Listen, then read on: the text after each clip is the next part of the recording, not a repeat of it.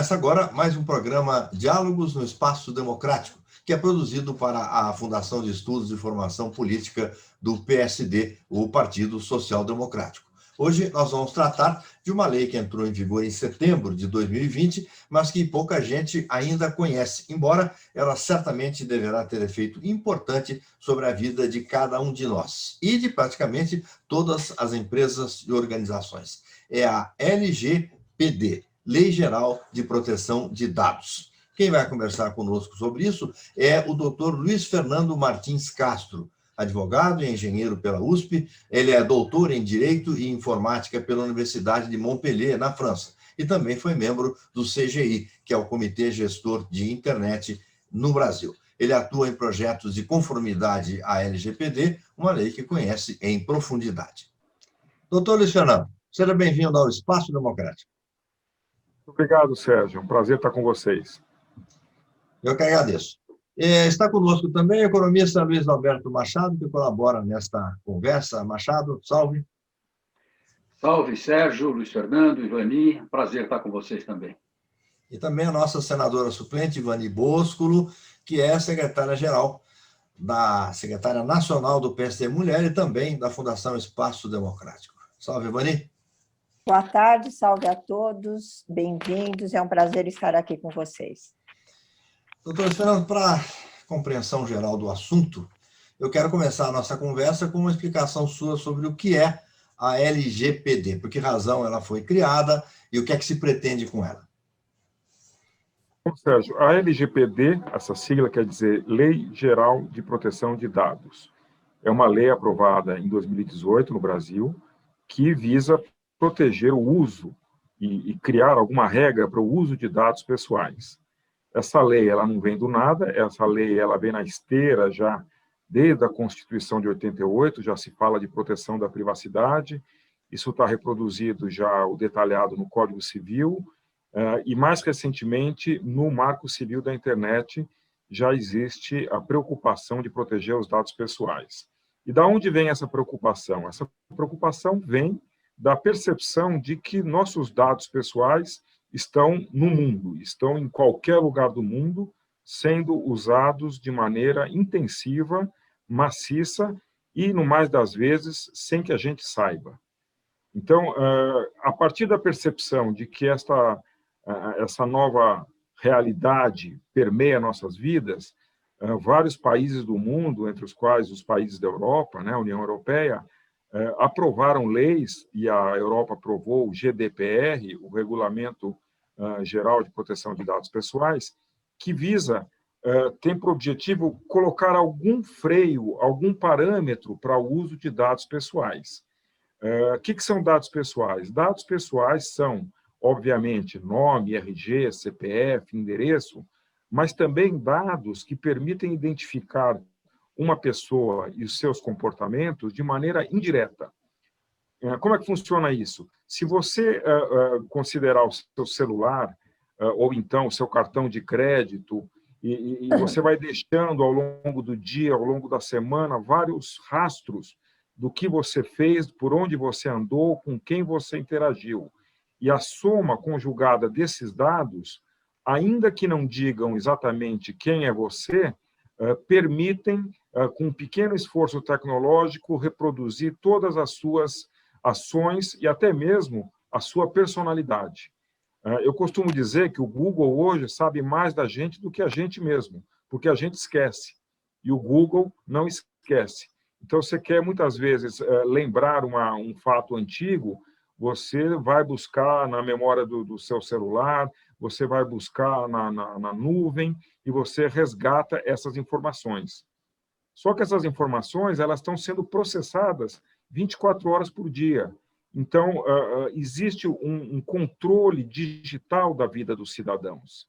E a razão dessa lei é exatamente criar algum parâmetro mínimo para preservar o que ainda existe, se é que existe, de privacidade do indivíduo, que é aquela esfera da vida íntima, da vida individual das pessoas, que a gente vê cada vez mais rara e cada vez mais difícil de exercitar.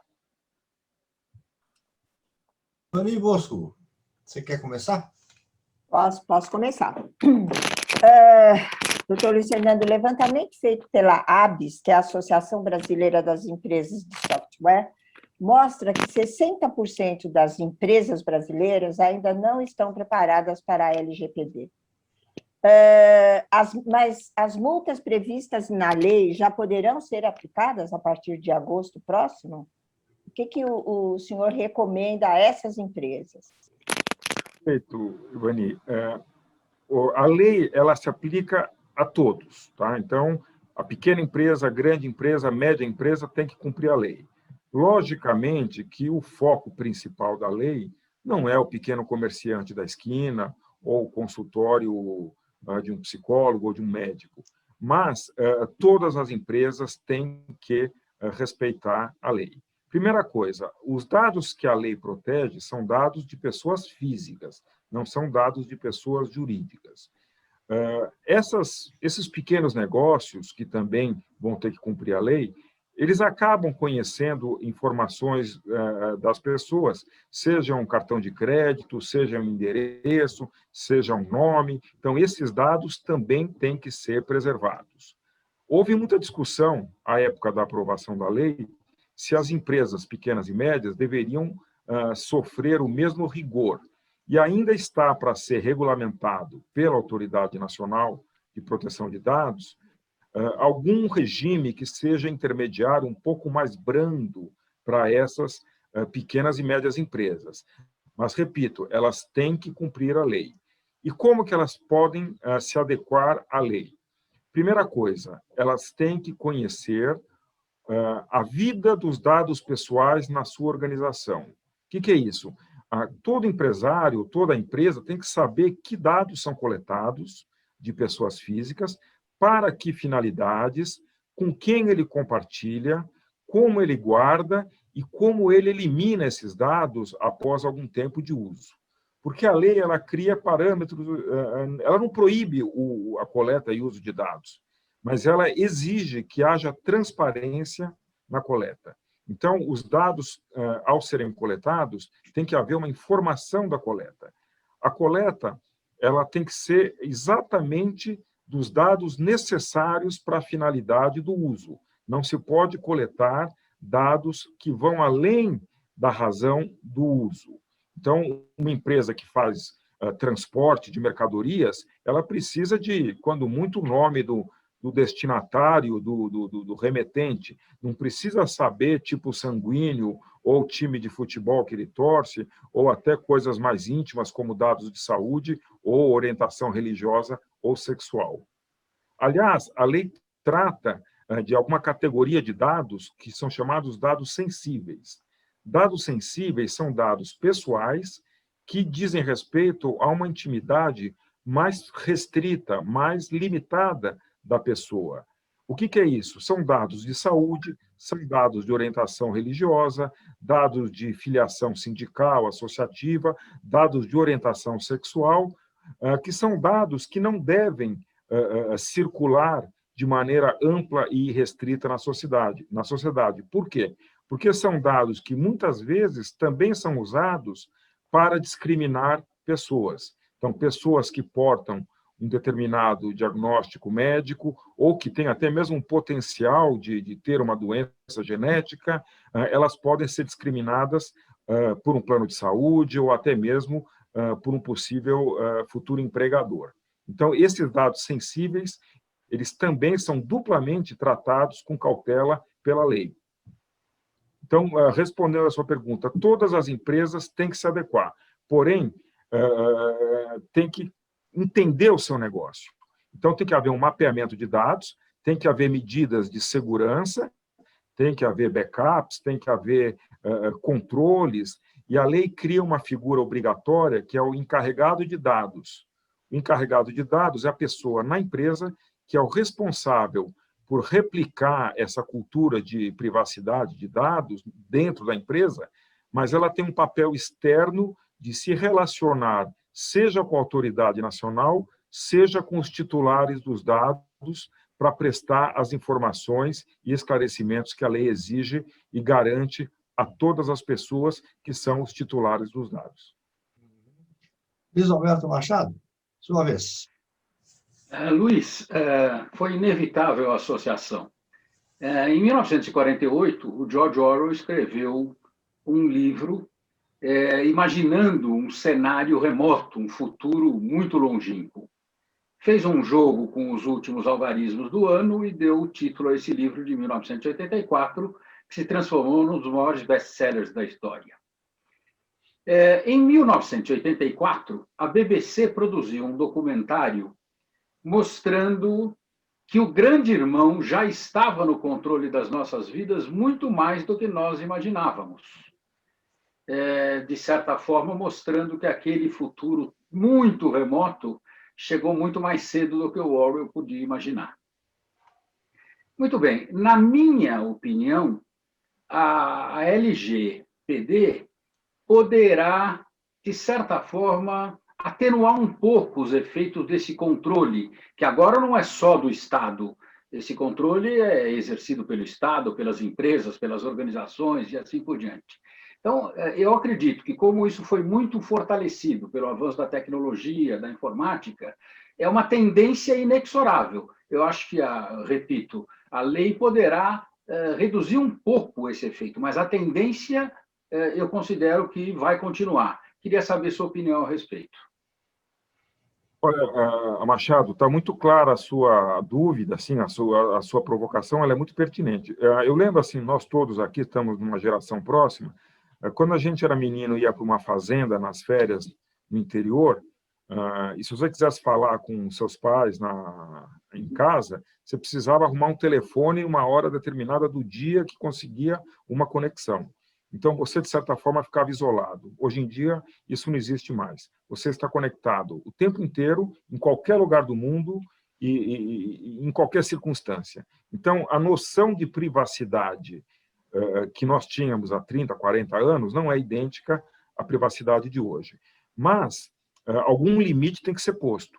E você toca bem na dualidade de governo e empresas, que antes o governo era o grande detentor de informações sigilosas, porque ele tinha acesso a dados financeiros, ele tinha acesso a dados patrimoniais, ele tinha, às vezes, acesso a dados de saúde, se você usava o sistema oficial, né, o sistema público.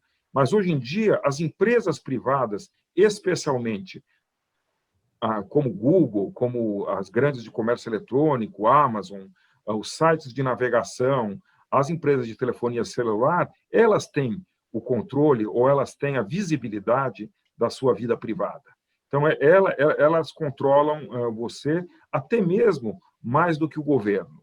Agora, lembro também que o governo hoje já aprovou legislação, decretos, que permitem um intercâmbio de informações entre diferentes órgãos de governo. Então, órgãos financeiros, órgãos bancários, segurança, saúde, tudo isso, há uma troca maciça de dados.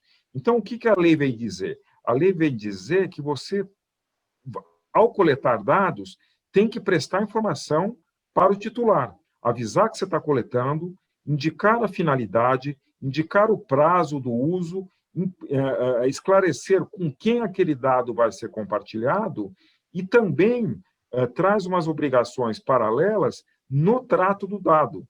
O dado tem que ser tratado com segurança, no estado da arte, né? Tem que haver, muitas vezes, às vezes, criptografia, controle de acesso, regras de eliminação de dados, e, mais que tudo, fala-se em transparência, a chamada accountability. Quer dizer, as empresas têm que não só fazer bem feito, mas mostrar que o fazem.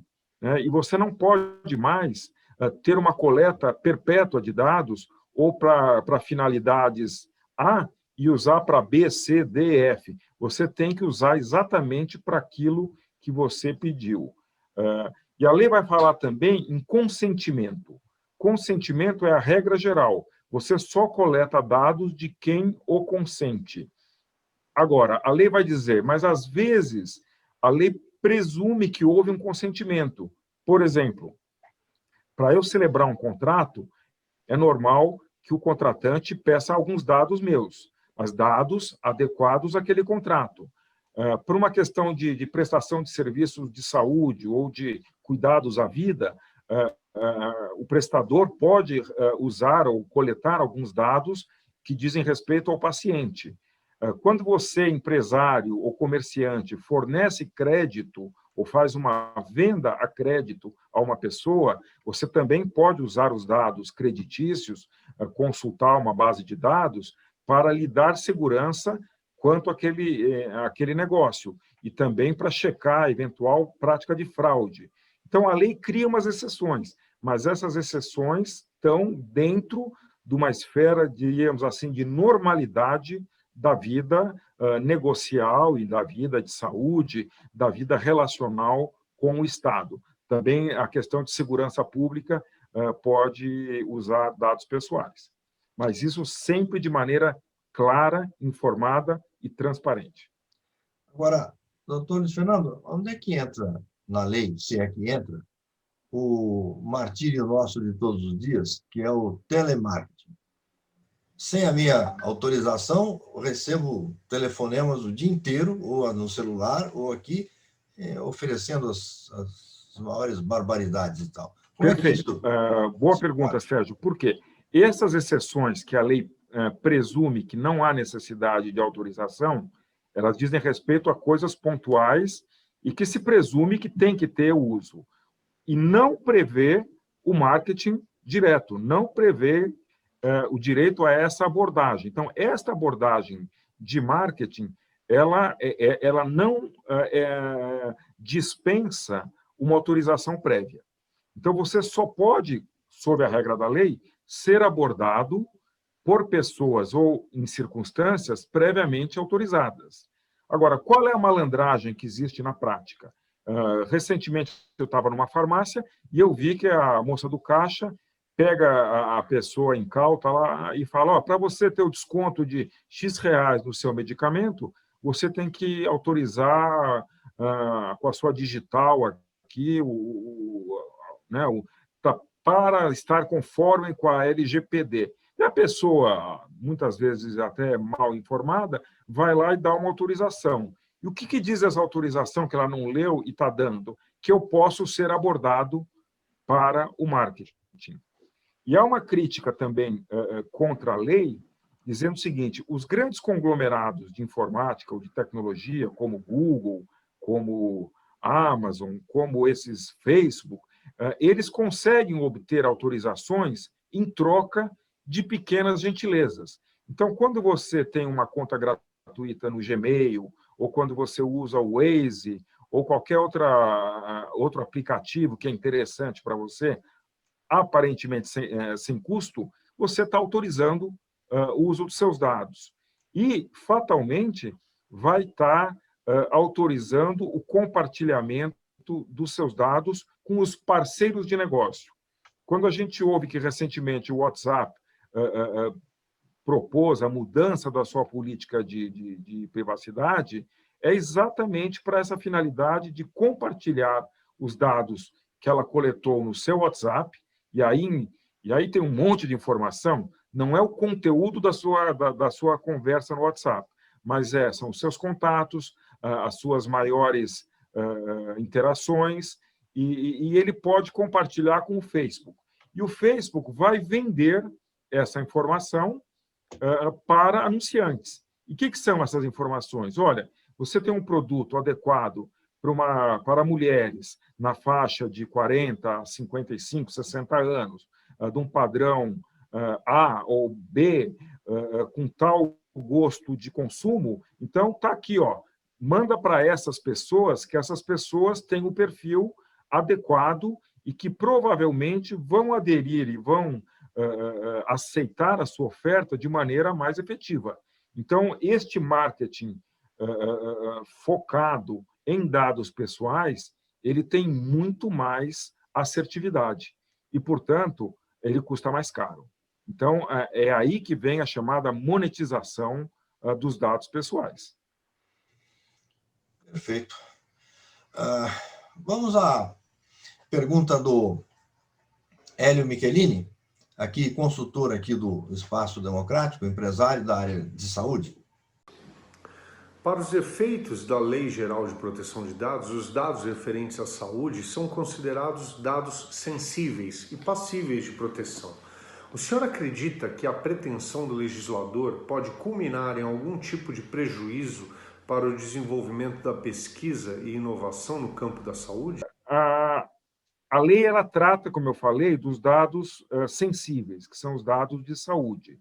E nós sabemos que a informação de dados clínicos ou dados de saúde é necessário, o uso dessas informações é muito necessário para a realização de desenvolvimentos, pesquisas de medicamentos ou de novas práticas.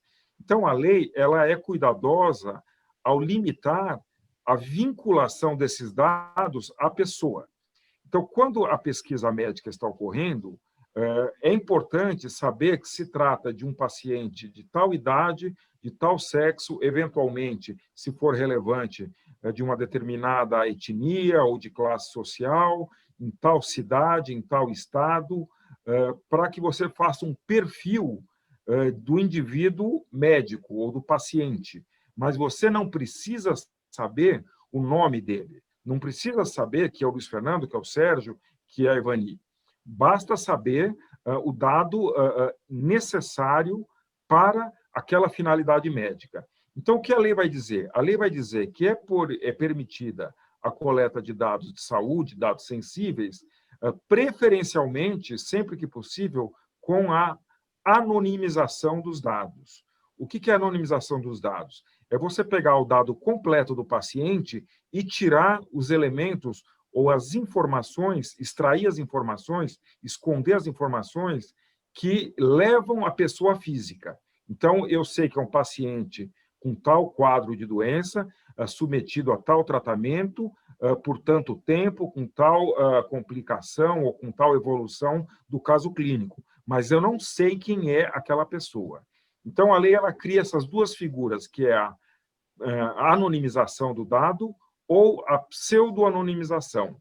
A anonimização é você tirar a possibilidade de chegar na pessoa em questão e trata ela de uma maneira mais estatística, mais assim científica, ou a pseudo-anonimização, quando você troca os dados pessoais dela por um código que pode ser revertido, mas que os usuários não vão ver e não vão chegar naquele paciente ou naquele indivíduo pela mera leitura do dado. Então, respondendo à pergunta do Hélio, a lei ela se preocupa, sim, com esse tipo de dado, mas ela não impede. Aí você pode perguntar, poxa, mas vai dar mais trabalho. Vai dar mais trabalho, sim. O processo fica mais sofisticado, logicamente tem custos, né? Porque esse processo de filtragem, pseudo-anonimização ou anonimização tem custos, né? Mas faz parte da evolução do modelo de privacidade vinculado a dados de saúde. Ivani Bosco, sua vez de novo. Vamos lá. Hoje em dia é bastante comum terem pessoas que estão sob investigação e ainda não foram julgadas nem inocentes, nem culpadas, né? Mas sempre, se for uma pessoa mais conhecida, a imprensa divulga dados dessas pessoas, a gente vê isso entrando no âmbito mais pessoal, inclusive familiar. Como é que vai funcionar isso em função da imprensa, a LGBT? Porque isso está sendo contra, né? Porque você está divulgando dados de uma pessoa. Ivani, esta questão, eu acho que ela transcende, ela vai um pouco além da matéria puramente de dados pessoais. Então, você pode abordar esse problema de vários aspectos. Primeiro, o princípio da presunção de inocência. Então, deveriam ser tratadas com cuidado as circunstâncias, os casos em que você tem uma pessoa sob investigação. Mas a gente sabe que, na prática, isso dá mais notícia. Há também algumas regras assim na jurisprudência de que pessoas públicas têm um grau de privacidade um pouco menor na sua vida pública. Então, que é normal que algumas esferas de privacidade sejam limitadas quando você é uma pessoa pública. O Supremo Tribunal Federal já analisou no passado a questão das folhas de pagamento que estavam aparecendo nos portais de transparência. E houve quem dissesse, poxa, isso é um dado privado, você tem meu dado pessoal com uma informação salarial minha, isso fere a minha privacidade. E o Tribunal Supremo reconheceu que existe um interesse maior da sociedade em ter uma visão das informações públicas. Então, entre essa vontade privada de não revelar um dado e da vontade pública, o direito da informação pública, prevaleceu a informação pública.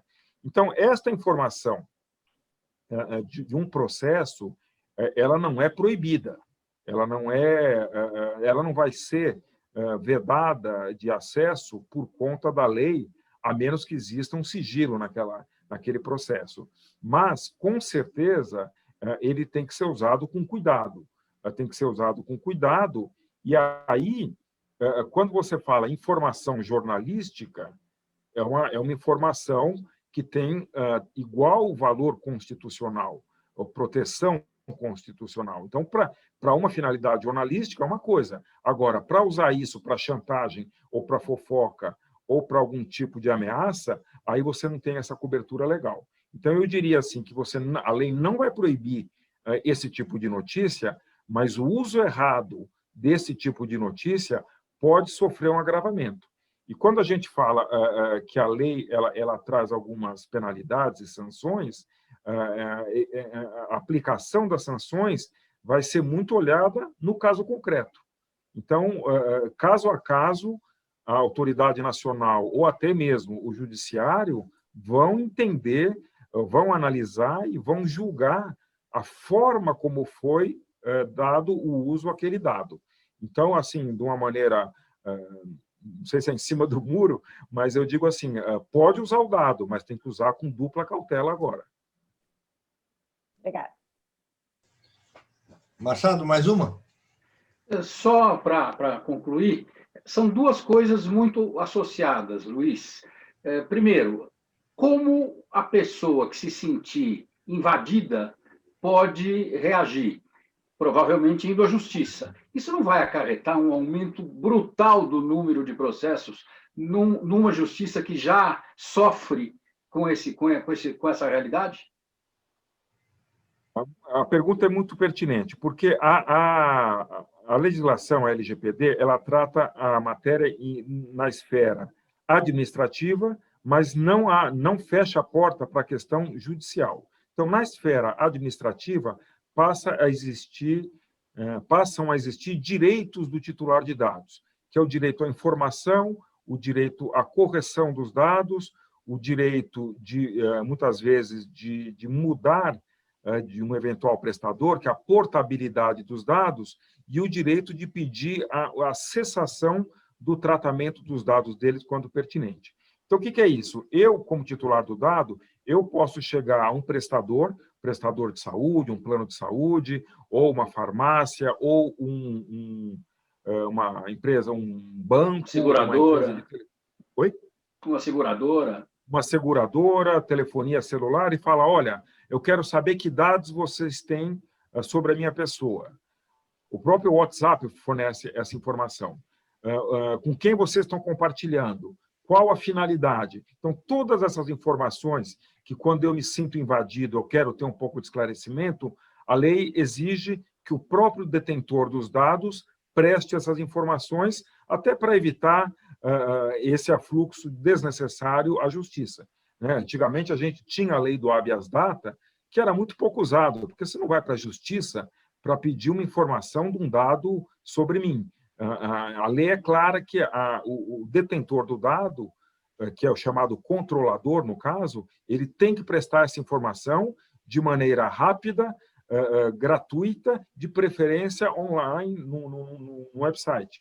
Então, ela já cria esse canal direto de comunicação. Cria essa figura do encarregado de dados, que é a pessoa que tem que atender essa demanda. Então, isto criando, vamos dizer, um mecanismo quase ordinário de comunicação e de correção e de transferência de dados, a questão da portabilidade. Então, eu quero mudar de operador de saúde, eu peço o meu histórico no operador atual para levar para o operador novo, ou pode ser um de telefonia ou até um banco. Agora, toda vez que eu julgar que houve um comportamento errado, abusivo, eu posso ir para a justiça. E semana passada saiu já uma notícia, não sei se vocês viram, que já foram proferidas no Brasil, já foram recenseadas mais de 600 ações ou que foram sentenciadas com base na LGPD. E, na prática, isso quer dizer o quê? É indenização. Então, aquela pessoa que tem seu dado mal usado ou vazado ou desrespeitado, ele vai à justiça e pede uma indenização.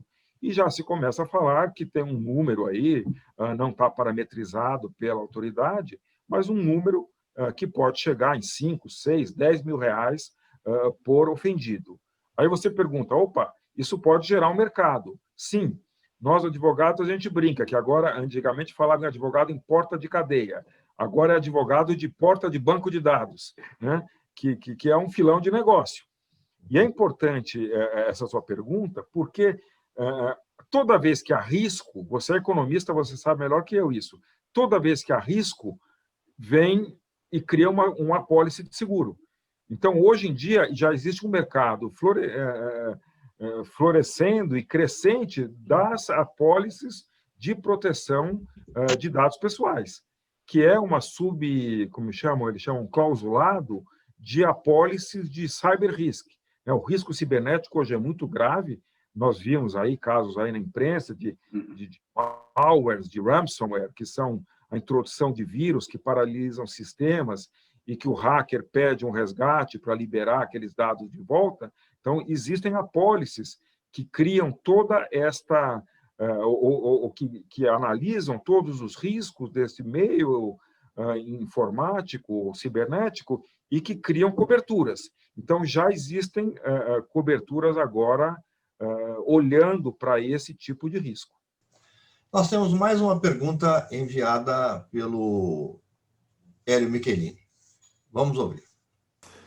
Ainda no campo da saúde, a LGPD, ao listar no seu artigo 6º, inciso 4º, o livre acesso também à forma e tratamento dos dados, impõe um certo ônus de adequação aos serviços, então obrigados a facilitar a consulta de dados como prontuários e informes clínicos. Considerando a especificidade técnica de tais informações, o senhor acredita que o dispositivo em tela pode estimular ainda mais o fenômeno da judicialização da saúde, com uma eventual escalada de processos e consequente insegurança jurídica para os profissionais do setor? Hélio, a questão de dados de saúde versus ou / informática e tecnologia é um assunto bastante preocupante. Já existem várias resoluções do Conselho Federal de Medicina que regram esse tipo de uso. Então, porque você hoje tem questões como o prontuário médico, como você bem observou, que tem todo o histórico do paciente, você tem a ficha histórica dele no seu consultório ou nos hospitais, e você tem também a questão da telemedicina hoje, que é algo bastante importante, que você tem várias interações à distância feito remotamente, né? Eu tenho irmãos médicos e um deles é dermatologista. Aí eu perguntei para ele assim, você não tem situações que a pessoa está te mostrando uma coisa que não devia? Ele fala, muito mais do que devia também, né? Com esse negócio de aceitei a câmera, não acertei a câmera no lugar certo, assim. Então, essa questão da intimidade versus tecnologia, ela é grave. Então, eu acho que sim, dá para fazer um estrago muito grande se você acessar um prontuário médico ou uma questão aí nós vimos aí uma notícia de vazamento de um grande laboratório aí, que os dados foram sequestrados, não sei se já foram vazados. Imagina o estrago que vai acontecer de você pegar, por exemplo, você pega uma sessão do laboratório que trata de um exame de uma moléstia que possa ser, vamos dizer, de alguma forma, que cria algum constrangimento para a pessoa. Então, doenças sexualmente transmissíveis, ou depressão, transtorno bipolar, qualquer coisa que a pessoa não gosta de tornar público esse diagnóstico. Imagina que essa base de dados vaze. Sem dúvida alguma, o caminho já está pavimentado para indenizações milionárias. A gente dando assessoria, né, para um cliente, ele falou assim, no nosso RH a gente recebe todo dia atestados de pessoas que faltaram por questões médicas. E o que dizem esses atestados? Nós perguntamos. Diz qualquer coisa, que ele está com uma complicação de qualquer doença que você pode imaginar, todas imagináveis, que ele está com todo o quadro. E onde fica essa informação? Ela fica no sistema, tem 12 pessoas que acessam via e-mail. Quer dizer, imagina eu, funcionário, eu falto por uma questão de saúde, mando atestado para a empresa, e no dia seguinte, um colega meu, que não tem nada a ver com RH, ou que não tem nada a ver com o processo, por algum lapso da empresa, viu o meu diagnóstico, ou viu a razão da minha falta.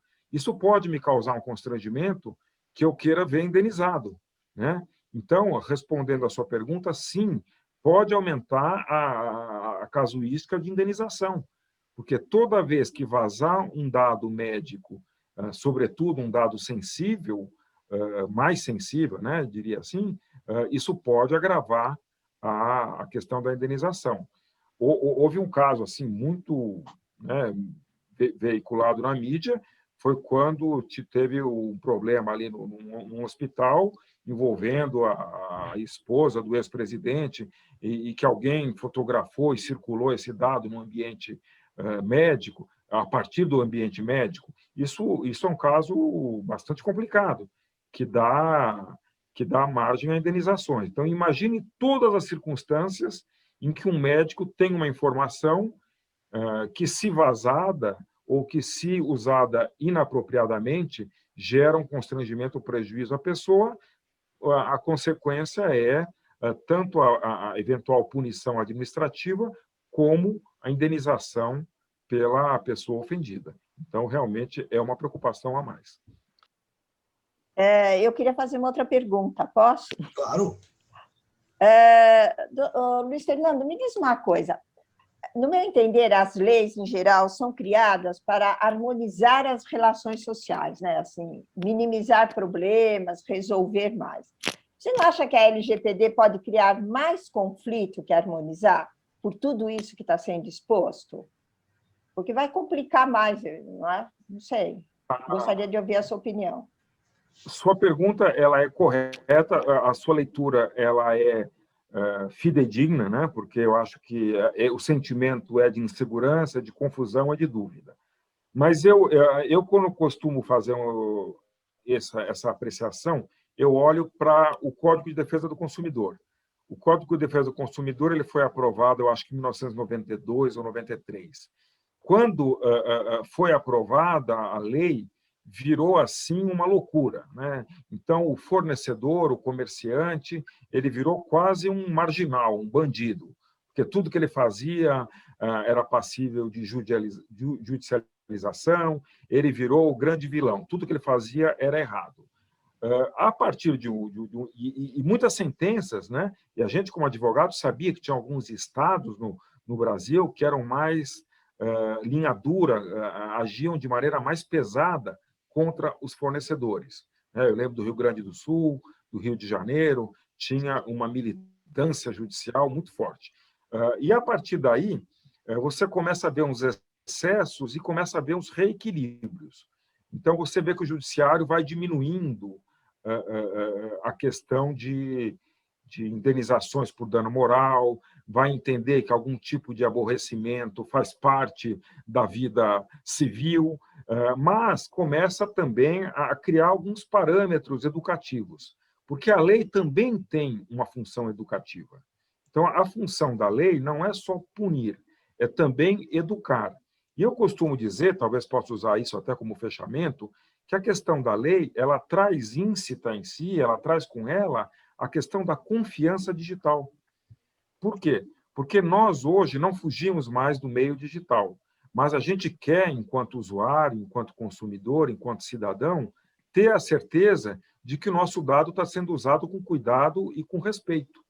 Então, quando você encontra um fornecedor que trabalha bem o seu dado, você fica mais propenso a voltar naquele fornecedor, naquele comércio eletrônico, naquela loja. Quando você tem uma experiência ruim, você para de fazer isso. Logicamente, o governo, a gente não pode trocar de serviço público, mas também é uma missão do governo tratar bem os dados. Então, não discordando da tua premissa, que a lei nova traz uma confusão, eu sou otimista. Eu acho que ela traz um novo patamar, ela traz um novo parâmetro, com novos desafios, sem dúvida alguma com custos, com preocupação, mas que poria a gente, ou que deve pôr a gente, num estado civilizatório mais elevado, né? Onde, você vai me perguntar, vai devolver a privacidade que você falou, de que a gente ia para a fazenda e ficava desconectado durante um mês? Não, nunca mais. Mas toda vez que você tiver uma sanção de um mau fornecedor, de uma má empresa, que vai doer no bolso dela, ou que ela vai até mesmo ser multada ou ter tratamentos suspensos, e a imagem dela vai estar gravemente maculada, ela vai trabalhar, ela vai pensar duas vezes, vai trabalhar com mais cuidado. Então, eu acho que, além dessa preocupação de dar trabalho e ter custos, tem a questão educacional, a questão de modelo, e quando eu olho para o exemplo que eu dei do Código do Consumidor, não tenha dúvida alguma que hoje nós vivemos um paradigma, um parâmetro de relação consumerista muito mais harmônico e muito mais razoável do que era há 30 anos ou há 40 anos. Obrigada. Doutor Fernando, eu tenho certeza de que a sua colaboração aqui conosco hoje foi bastante esclarecedora a respeito dessa LGPD, essa Lei Geral de Proteção de Dados, que ainda não é algo tão conhecido, bem pelo contrário. Muita gente não tem a menor ideia de que isso esteja em vigor. Quero agradecer muito a sua participação aqui nesse diálogo no Espaço Democrático e fica aberto o espaço para o seu recado final. Eu que agradeço, foi muito bom ouvir de vocês. Eu acho que vocês trazem a sintonia fina das dúvidas ou das impressões, como a Ivani passou aqui. O que eu diria é o seguinte, o nosso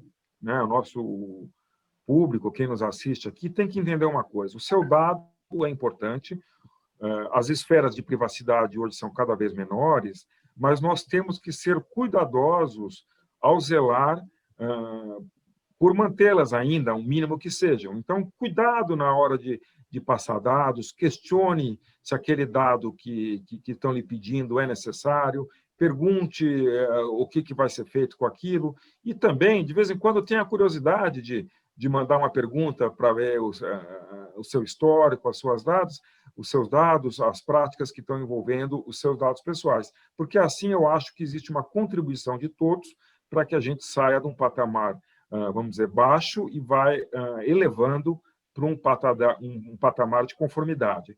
Porque essa educação, que a gente fala muito de educação do povo, da sociedade, ela não é um fruto meramente das escolas, menos ainda do governo só. É um fruto de todos nós, né? Então, acho que se cada um fizer a sua parte, a gente, com certeza, vai estar evoluindo para um cenário um pouco mais razoável, um pouco mais civilizado, para fugir um pouco desse quadro que o Machado falou, do controle total, seja pelo governo, seja pelas empresas, em detrimento do cidadão.